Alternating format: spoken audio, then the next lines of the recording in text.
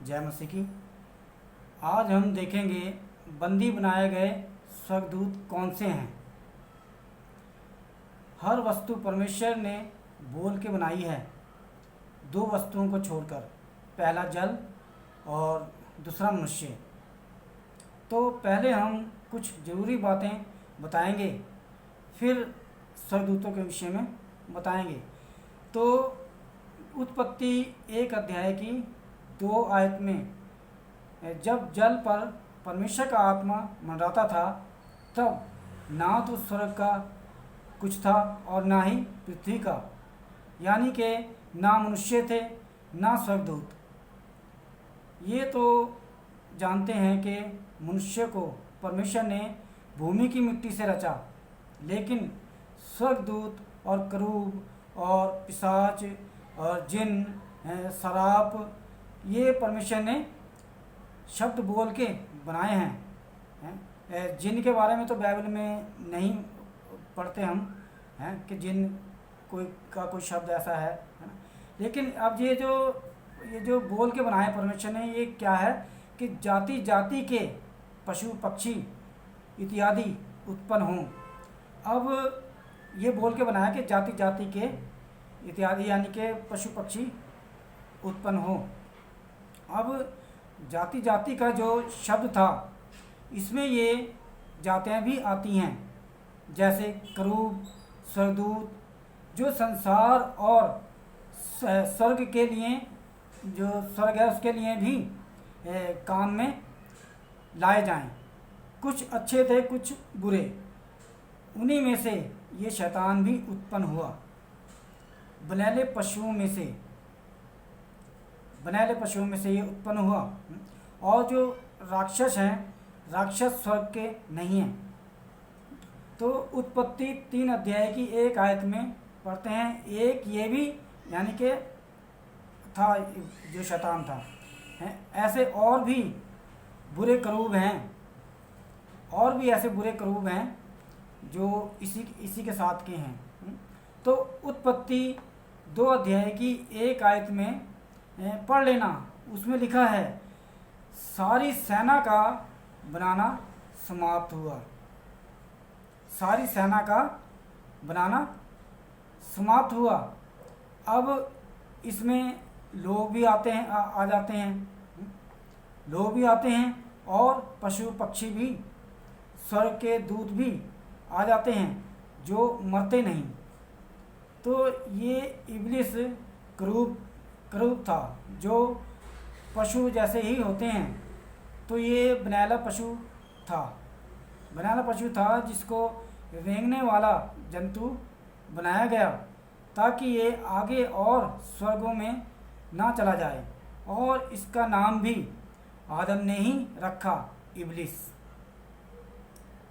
इसका नाम भी आदम ने ही रखा, इब्लिस, क्योंकि ये पशु था, बनैला पशु था। बाइबल में साफ बता रही है ना। और सबके आदम ने ही नाम रखे। नाम आदम ने ही रखे। ये कुछ पशु मरने वाले नहीं होते थे, कुछ पशु मरने वाले नहीं होते थे, जैसे और पशु यानी कि पशु अपनी ज़िंदगी जी के मर जाते हैं। ये मरने वाले नहीं हैं, चाहे करूब हो या स्वर्गदूत हैं। इब्लिस जो है ये स्वर्गदूत नहीं है, बुरा करूब है।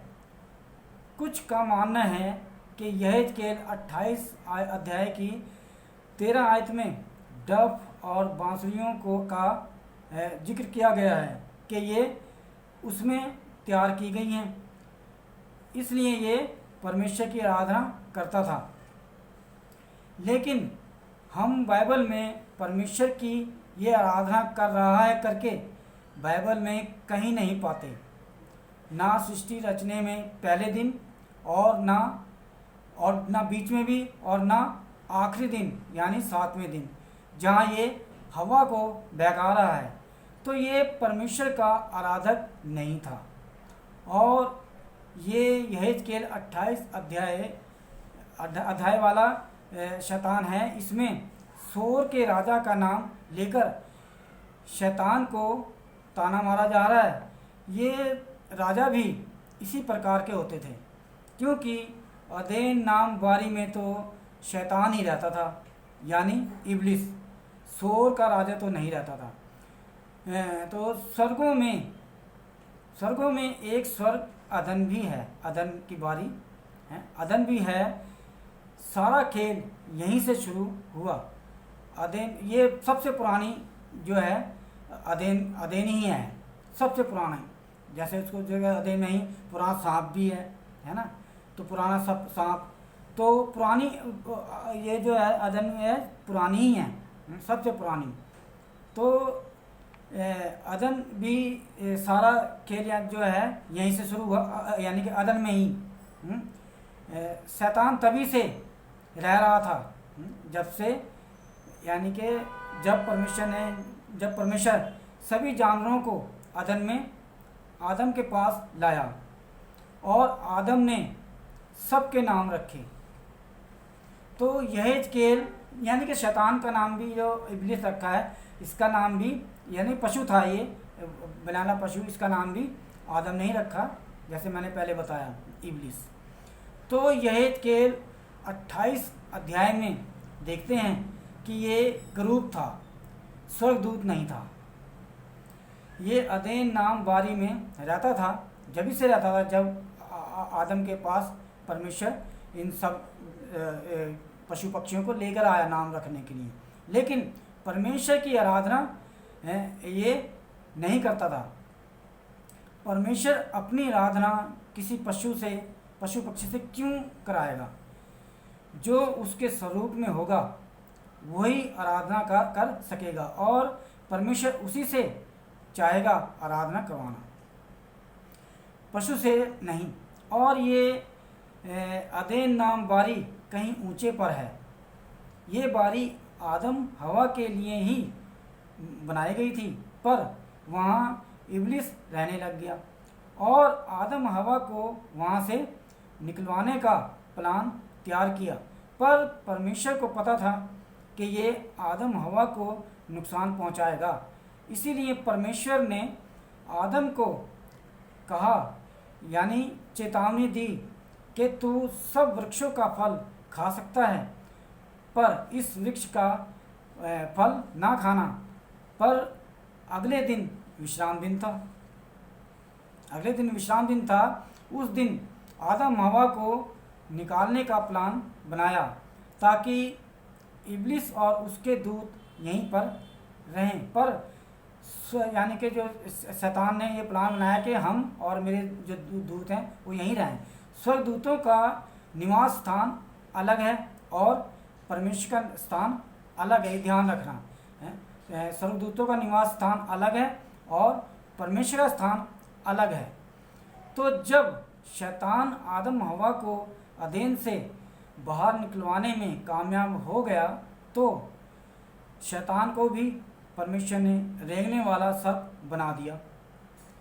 पहले करूब था, अब सर्प बना दिया ताकि आगे और स्वर्गों में ना चला जाए। पर आदम हवा को तो स्वर्ग से निकलवा दिया, तो लेकिन ये नहीं निकला। अब शुरू करते हैं बंदी बनाए गए स्वर्गदूतों की खोज।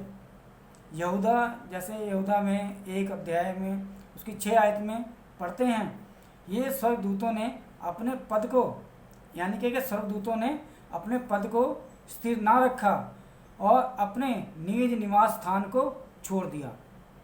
अब ये ध्यान रखना है। तो निज निवास स्थान कौन सा है? ये इन्हीं को परमेश्वर ने सदा काल के लिए बंधनों में रखा है। तो अब इन्हीं स्वर्गदूतों को सामने लाएंगे। जब इब्लिस ने आदम हवा को स्वर्ग से निकलवा दिया, तब स्वर्गदूतों में ये बात पहुंच गई कि इब्लिस ने आदम हवा को अदेन से बाहर निकलवा दिया। अब इब्लिस ही यहाँ का परम प्रधान ईश्वर होगा, यानी कुछ स्वर्गदूतों ने परमेश्वर को यानी कि निर्बल समझा होगा, तभी उन्होंने यानी कि शैतान की ओर उन्होंने रुख किया, है ना। परमेश्वर को निर्बल समझा हो कि अब तो यानी कि शैतान ही राज करेगा, है, क्योंकि वहाँ का तो राजा यही होगा, जो वहाँ के लिए थे वो तो उन्होंने निकलवा दिए। तो को यानी कि और एक तिहाई स्वर्गदूत ध्यान करना, दो चार नहीं है, एक तिहाई स्वर्गदूत अपने निज निवास को छोड़कर अदेन में आ गए, जो आदम हवा का स्वर्ग था, और ये इब्लिस के चरणों की तरफ थे, जो इस वक्त वो सर्प है। यानी कि चरणों का मतलब पूंछ की तरफ। अगर सर्प से युद्ध करते होते तो ये आमने सामने होते, लेकिन ये पूंछ की तरफ थे। तभी शैतान ने ये जानकर कि ये अपने परमेश्वर के नहीं हुए तो मेरे कहाँ होंगे, तो शैतान ने भी इनको नहीं अपनाया और इनको अपनी पूंछ से पृथ्वी पर गिरा दिया। प्रकाशित वाक्य 12 अध्याय की 4 आयत में पढ़ लेना। प्रकाशित वाक्य जो पूरा अध्याय 12 अध्याय में शैतान परमेश्वर की योजनाओं को ख़त्म करने की इच्छा प्रकट कर रहा है। अदन में यानी कि परमेश्वर की योजना को ख़त्म कर रहा है। आदम हवा के विषय में परमेश्वर की योजनाएं हैं, जो परमेश्वर ने कहा आओ हम, या जो परमेश्वरों ने कहा आओ हम मनुष्य को अपने स्वरूप में बनाएं। तो जब शैतान ने अपनी पूंछ से 1/3 स्वर्गदूतों को पृथ्वी पर गिरा दिया, जब दूसरे स्वर्ग में पता चला जहाँ स्वर्गदूतों का निज निवास है, वहाँ से मिकाइल और उसके स्वर्गदूत अदन में शैतान से युद्ध करने को निकले, लेकिन शैतान और उसके दूत इन पर प्रबल ना हुए। इन्होंने शैतान और उसके दूतों को पृथ्वी पर घेर दिया, क्योंकि जो अदन की बारी थी वो ऊंचे पर ही है। जो स्वर्गलोक है वो यानी कि जो स्वर्गलोक है स्वर्गलोक में है, वो जो अदन की बारी है वो स्वर्गलोक में है। उसमें प्रकाशित वाक्य में 2 अध्याय में लिखा हुआ, 2 की 7 में पढ़ लेना, क्योंकि अदन में जीवन का वृक्ष भी है। यानी कि जो अदन में जो है जीवन का वृक्ष भी है, और वो जीवन का वृक्ष किस में है? अदन में ही है। और वो अदन की बारी वो कहाँ है? स्वर्ग में है। तो हमने इसमें देखा कि 1/3 स्वर्गदूतों ने अपने निज निवास को छोड़ा, ये उन्होंने पाप किया था। अब ना तो ये परमेश्वर के हैं और ना ही इब्लिस के, ना ही ये स्वर्ग के हैं और ना ही ये पृथ्वी के। अब इनके लिए कोई जगह नहीं है, इसलिए इनको बंधनों में रखा है। यही इनकी सज़ा है। जैसे यहूदा में 1 अध्याय में और 1 के 6 में लिखा है, यही बंदी बनाए गए स्वर्गदूत हैं। तो ये थे स्वर्गदूत, परमेश्वर के पुत्र नहीं थे, ये थे स्वर्गदूत। और जो उत्पत्ति 6 अध्याय में यानी कि समझा जा रहा है, वाल्टर भी इसको यही समझता था। वाल्टर भी इन्हीं को समझता था कि यानी कि बंदी बनाए गए स्वर्गदूत हैं, जो परमेश्वर के पुत्र हैं, यही स्वर्गदूत हो सकते हैं। लेकिन वो स्वर्गदूत नहीं है, तो वो तो अलग है, वो पुत्र कहलाए गए, स्वर्गदूत नहीं कहलाए गए हैं, परमेश्वर के दूत नहीं कहलाए गए। तो स्वर्गदूतों की कुछ और खोज करेंगे आगे, ये यानी कि ये अगली वीडियो में दूसरी पार्ट में बताएंगे।